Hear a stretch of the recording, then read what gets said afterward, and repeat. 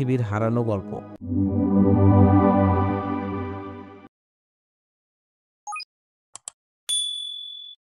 ব্রাজিলের Rio de Janeiro শহরের উপরে কর্কোভাডো পাহাড়ের চূড়ায় দাঁড়িয়ে আছেন এমন এক মহামান্বিত মূর্তি, যিনি যেন শহরের প্রতিটি কোণকে আশীর্বাদ করছেন।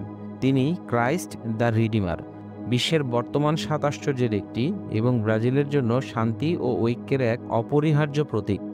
এই মূর্তি শুধুমাত্র একটি স্থাপত্য নয়, এটি একটি জাতির আধ্যাত্মিকতা, সংস্কৃতি এবং ইতিহাসের এক জীবন্ত প্রতিচ্ছবি। এর বিশাল আকৃতি, সৌন্দর্য এবং তাৎপর্য প্রতি বছর লক্ষ লক্ষ পর্যটককে আকর্ষণ করে, যারা এই আশ্চর্যের সামনে দাঁড়িয়ে নিজেদের ছোট মনে করেন। কিন্তু এই মূর্তির পেছনের গল্প কি? কিভাবে এটি তৈরি হলো এবং কেন এটি আজও এতটা গুরুত্বপূর্ণ? আজ আমরা এই ঐতিহাসিক যাত্রায় ডুব দিয়ে জানব ক্রাইস্ট দ্য রিডিমারের পুরো গল্প। ক্রাইস্ট দ্য রিডিমারের গল্প